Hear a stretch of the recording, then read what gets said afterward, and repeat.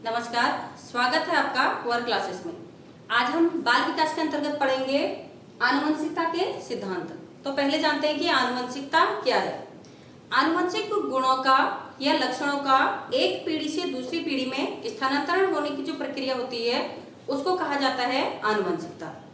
अब आनुवंशिकता से क्या होता है?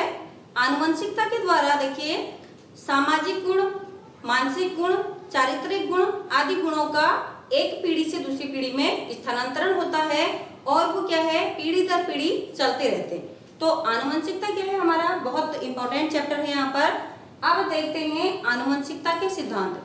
तो इसमें समय समय पर अनेक वैज्ञानिकों ने अपने अपने सिद्धांत यहाँ पर दिए हैं। जो कुछ प्रमुख सिद्धांत हैं उनमें देखिए सबसे पहला है बीज कोश की निरंतरता का सिद्धांत। बीज कोश की निरंतरता का सिद्धांत, और इस सिद्धांत के जो प्रतिपादक हैं वो हैं बीजमैन। अब देखिए बीजमैन ने क्या कह रखा है कि जो शरीर का निर्माण करने वाला मूल जीव होता है वो कभी नष्ट नहीं होता है। वह क्या होता है, अंडकोश और शुक्रकोश के माध्यम से क्या होगा, एक पीढ़ी से दूसरी पीढ़ी में पीढ़ी दर पीढ़ी चलता रहता है, उसका संचरण होते रहता है।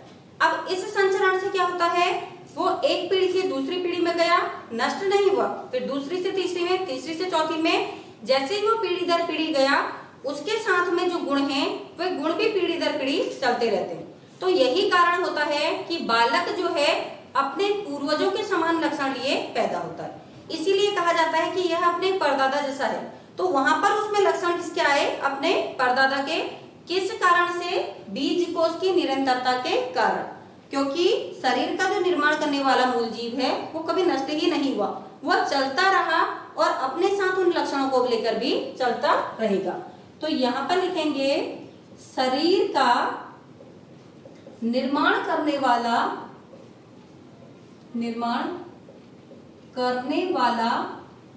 मूल जीव नष्ट नहीं होता। मूल जीव नष्ट नहीं होता। यह है बीज कोश की निरंतरता का सिद्धांत। इसके बाद जो दूसरा सिद्धांत आता है इसे कहा जाता है समानता का सिद्धांत। और समानता का सिद्धांत देखिए क्या कहता है कि समान समान को ही जन्म देता है। जैसे माता पिता होते हैं वैसा ही बालक भी उत्पन्न होता है। यानी कि क्या है, मनुष्य की संतान मनुष्य ही होती है, जानवर की संतान जानवर ही होगी। तो ये नियम क्या है, समानता का सिद्धांत। यानी यहाँ पर क्या कहा जाएगा, एक ही लाइन में अगर कहें तो समान समान को जन्म देता है, समान को जन्म देता है। आनुवंशिक लक्षण इसके जरूर अलग हो सकते हैं, लेकिन क्या होगा यह अपने माता पिता के समान है। तीसरा यहाँ पर सिद्धांत आता है, इसे कहा जाता है प्रत्यागमन का सिद्धांत। और प्रत्यागमन का सिद्धांत क्या है, देखिए प्रत्यागमन का मतलब होता है विपरीत लक्षण। यानी विपरीत लक्षणों का जब आगमन हो जाता है उसे कहा जाता है प्रत्यागमन। इसमें क्या देखने को मिलता है, हमने जनरली देखा होगा कि एक बुद्धिमान माता पिता की संतान जो होगी वो बुद्धिमान ही पैदा होती है और मंद बुद्धि माता पिता की संतान मंद बुद्धि ही होती है। ये जनरली हमको अपनी लाइफ में देखने को मिलता है। लेकिन अगर यहीं पर कभी कुछ अपवाद हो जाते हैं, कैसे कि मंद बुद्धि माता पिता की संतान बहुत ज्यादा बुद्धिमान हो जाती है और बुद्धिमान माता पिता की संतान मध्यम बुद्धि हो जाती है, उसका कारण क्या है, प्रत्यागमन का सिद्धांत। यहाँ पर क्या होगा, विपरीत लक्षणों का आना। तो ये विपरीत लक्षण जो आए क्यों आते हैं, विपरीत लक्षणों का आना। बहुत सारे जीन्स सक्रिय हैं शुक्रकोश में, अंडकोश में। तो यहाँ पर क्या होता है, कुछ जीन्स क्या होते हैं सुप्तावस्था में पाए जाते हैं। कभी कभी क्या होंगे, सक्रिय हो जाते हैं। उनके सक्रिय होने की वजह से जो विपरीत लक्षण हैं वो भी कभी कभी देखने को मिलते हैं। नहीं तो ज्यादातर क्या होगा, समानता का ही सिद्धांत लागू होता है। जैसे माता पिता हैं वैसे ही लक्षण बालकों में देखने को मिलेंगे। लेकिन प्रत्यागमन का सिद्धांत आ जाएगा तो यहाँ पर क्या है, मंद बुद्धि माता की संतान भी बहुत ज्यादा बुद्धिमान हो सकती है। इसे कहते हैं प्रत्यागमन का सिद्धांत। इसके बाद चौथा सिद्धांत आता है, इसे कहा जाता है जीव सांख्यिकी सिद्धांत। और इस सिद्धांत के प्रतिपादक थे फ्रांसिस गाल्टन। फ्रांसिस गाल्टन ने क्या किया, जो भी इन्होंने अध्ययन किए उन सभी अध्ययनों को सांख्यिकी के आधार पर व्यवस्थित किया, इसीलिए इनके सिद्धांत को जीव सांख्यिकी सिद्धांत कहा गया।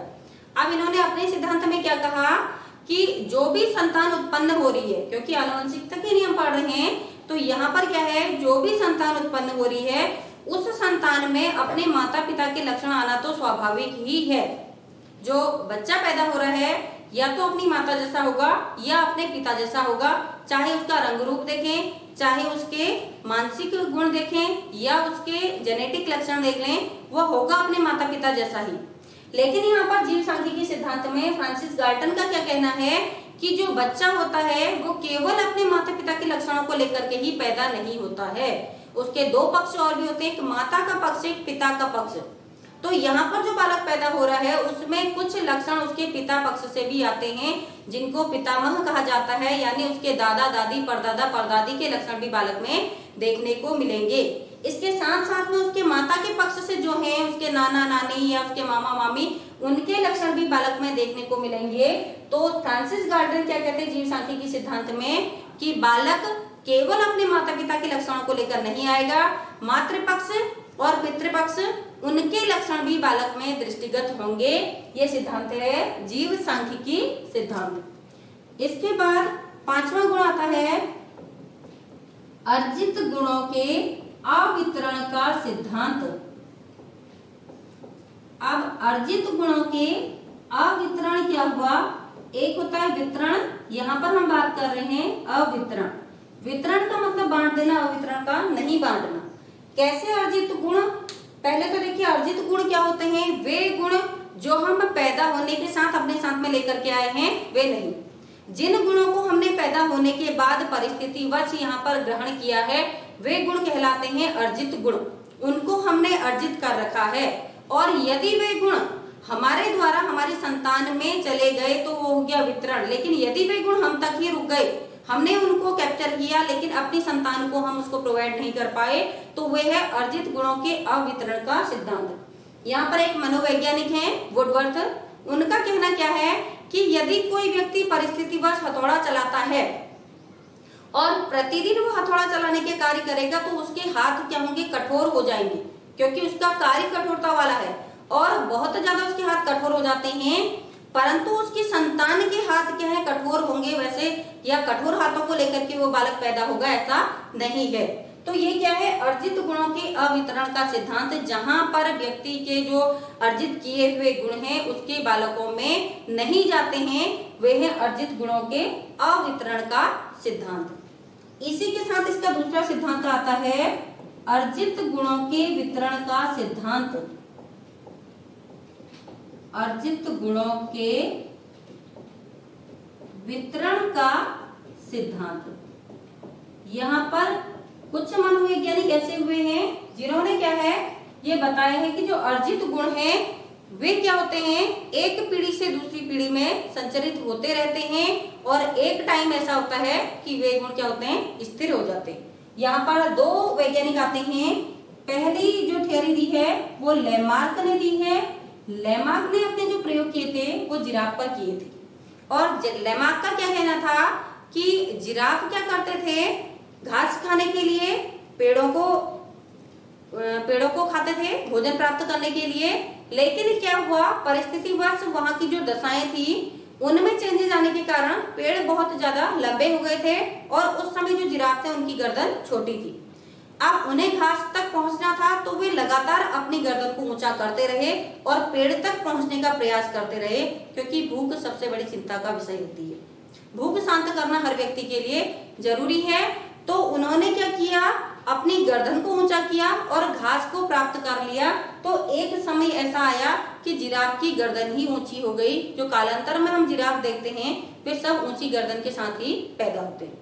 ये नहीं है कि छोटी गर्दन है, घास प्राप्त की तब गर्दन ऊंची हुई, ऐसा नहीं। अब उनकी गर्दन जेनेटिकली ही ऊंची होती है। तो ये कहना है लेमार्क का।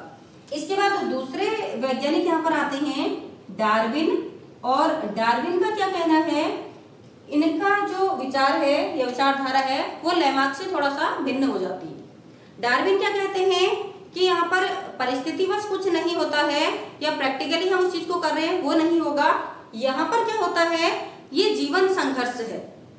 यहाँ हमें अपने आप को वातावरण के अकॉर्डिंग ढालना ही होगा, और जो व्यक्ति इस एनवायरनमेंट में ढल गया, जीत गया इस वातावरण से, तो उसकी विजयी होती है, यानी कि समर्थ की विजयी होती है। और असमर्थ क्या होता है, यहाँ पर हार जाता है, उसके गुण भी उसके साथ में हार जाते हैं। तो जो व्यक्ति समर्थ है वह जीत गया है अपने पर्यावरण से, अपने वातावरण से, तो वो क्या करता है, वृद्धि कर लेता है और उसके गुण भी उसके साथ आगे की पीढ़ियों में चलते रहते हैं। ये है अर्जित गुणों के वितरण का सिद्धांत है। यहाँ पर दोनों ही सिद्धांत आ जाते हैं, लेमार्क का भी और डार्विन का भी।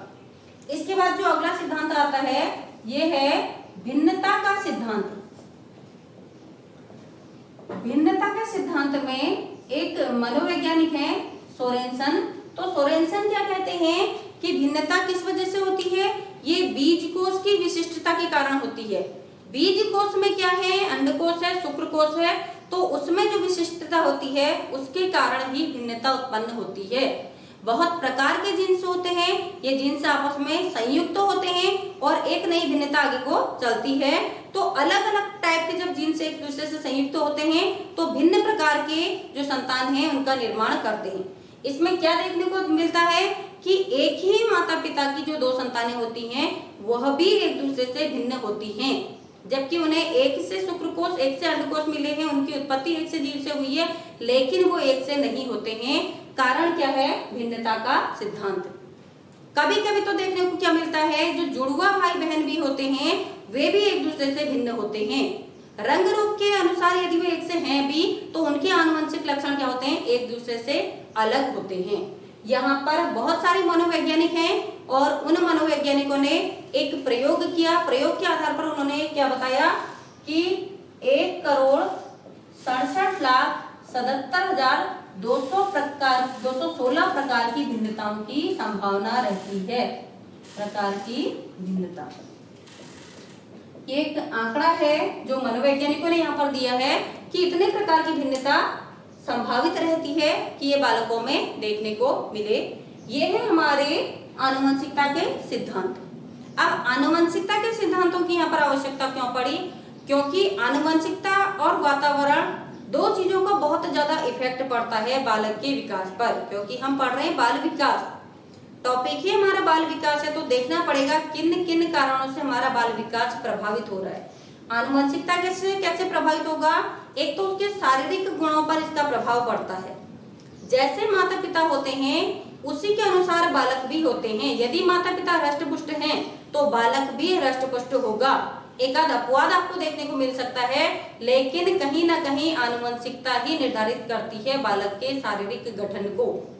इसके बाद मानसिक लक्षण, मानसिक लक्षणों में भी क्या है, आनुवंशिकता ही सर्वप्रमुख होती है। क्योंकि यदि माता पिता बुद्धिमान हैं तो उनका बालक भी बुद्धिमान होता है। उसको उच्च कोटि के जीन्स ही वहां पर प्राप्त हुए हैं और वही जीन्स उसके मानसिक गुणों को आगे को निर्धारित करते हैं। हाँ, ये हो सकता है कि प्रत्यागमन का सिद्धांत आ जाए और मंदबुद्धि माता पिता की संतान भी बुद्धिमान हो जाए, या बुद्धिमान माता पिता की भी संतान मंदबुद्धि हो जाए। ये प्रत्यागमन का सिद्धांत निर्धारित करेगा। नहीं तो आनुवंशिकता में क्या होगा कि माता पिता से जो जीन्स प्राप्त हुए हैं उन्हीं के अनुसार बालक का मानसिक विकास होता है। तीसरा विकास आता है यहाँ पर चारित्रिक विकास। माता पिता के चरित्र का भी बालक पर बहुत ज्यादा प्रभाव पड़ता है, क्योंकि उसे जीन्स ही वैसे मिले हैं, तो अपने जीन्सों के अकॉर्डिंग ही उसके चरित्र का निर्माण यहाँ पर होता है। तो यहाँ पर हमने देखा आनुवंशिकता के सिद्धांत।